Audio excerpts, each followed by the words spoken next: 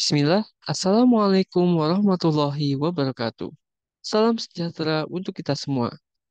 Yang kami hormati, Bapak Dr. Rian Arthur, SPD MPD selaku dosen pengampu mata kuliah strategi dan media pembelajaran, serta teman-teman sekalian yang kami cintai dan kami banggakan. Sebelumnya, izinkan saya untuk memperkenalkan diri terlebih dahulu, karena ada pepatah tak kenal maka tak sayang. Nama saya Muhammad Rizky Arasid dari Prodi S1 Pendidikan Teknik Bangunan, Fakultas Teknik Universitas Negeri Jakarta dengan NIM 15036210026. Pada pertemuan kali ini, saya akan mengajak teman-teman sekalian untuk berdiskusi perihal penugasan ketiga, yakni yang pertama membahas tentang menentukan kompetensi dasar dari salah satu mata pelajaran atau kompetensi atau pelatihan atau kursus. Dan yang kedua, membuat analisis isi atau konten dari hal yang dijelaskan tadi, yakni mata pelajaran dan teman-temannya. Dan yang ketiga, menentukan strategi atau mode pembelajaran yang cocok. Dan yang terakhir, mengemukakan alasan atau argumen disertai dengan data dan fakta dari hasil riset. Baik, yang pertama, di sini kita akan membahas terkait apa sebenarnya desain pemodern dan informasi bangunan dan gambar teknik. Sebelumnya, apakah teman-teman tahu terkait SMK? Ya, nama SMK tentunya tidak asing lagi. Sekolah Menengah Kejuruan, yang tentunya di dalamnya siswa atau peserta didik disiapkan untuk menghadapi praktek kerja lapangan atau kerja secara nyata. Beberapa SMK yang memiliki kompetensi keahlian seperti desain pemodern dan informasi bangunan memiliki salah satu mata pelajaran yang wajib dikuasai oleh peserta didik, yakni gambar teknik.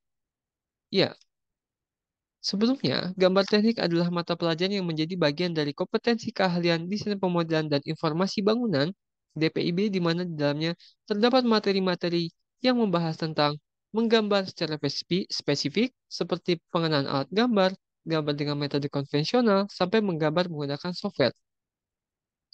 Jadi, DPIB dan gambar teknik merupakan salah satu hal yang sangat berkaitan atau berkesinambungan.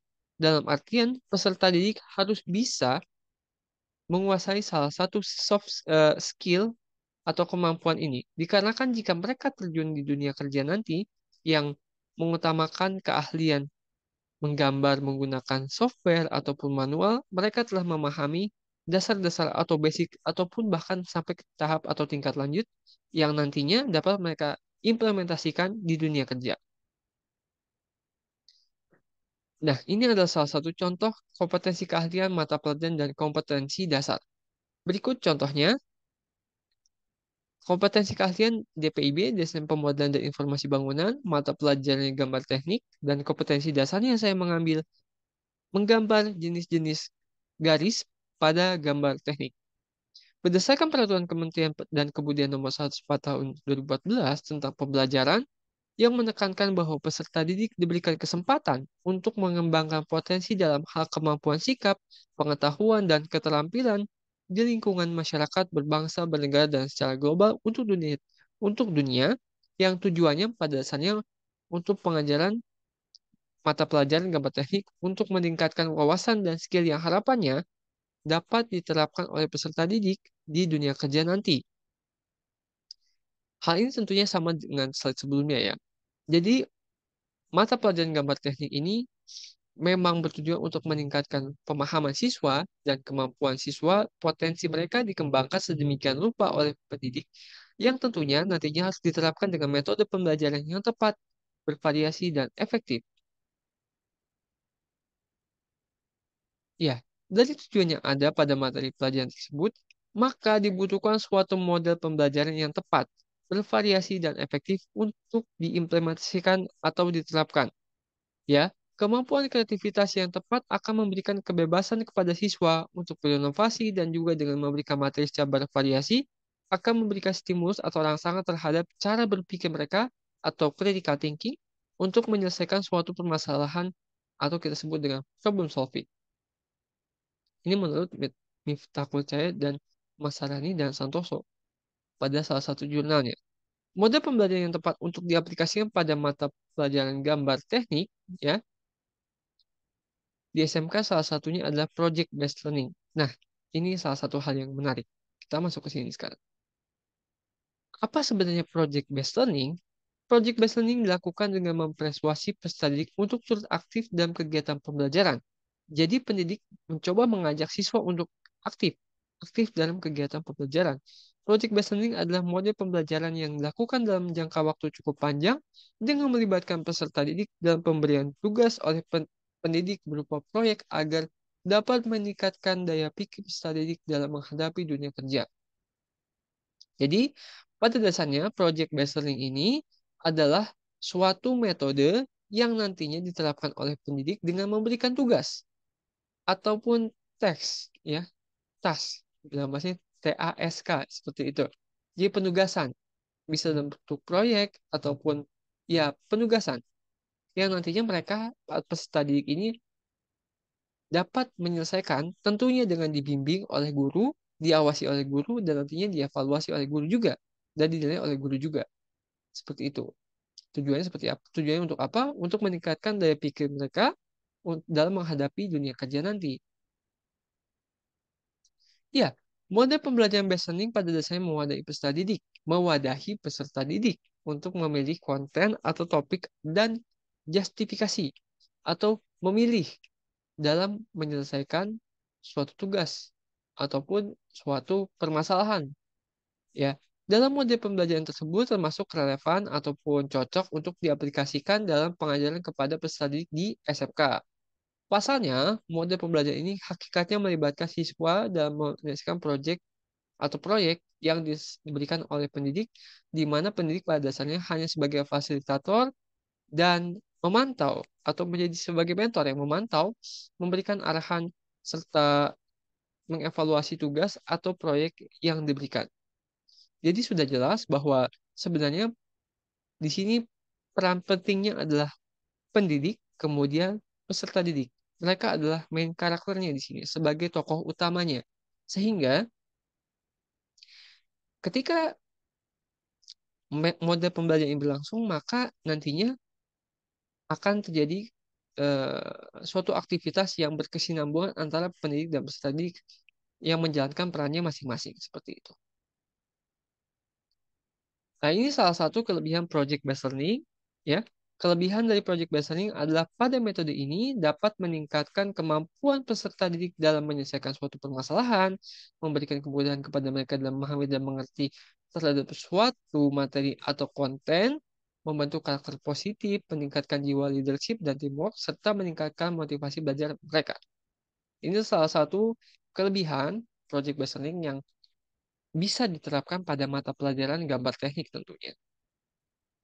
Ya, baik. Dan berikut adalah tahapan project based learning, ya.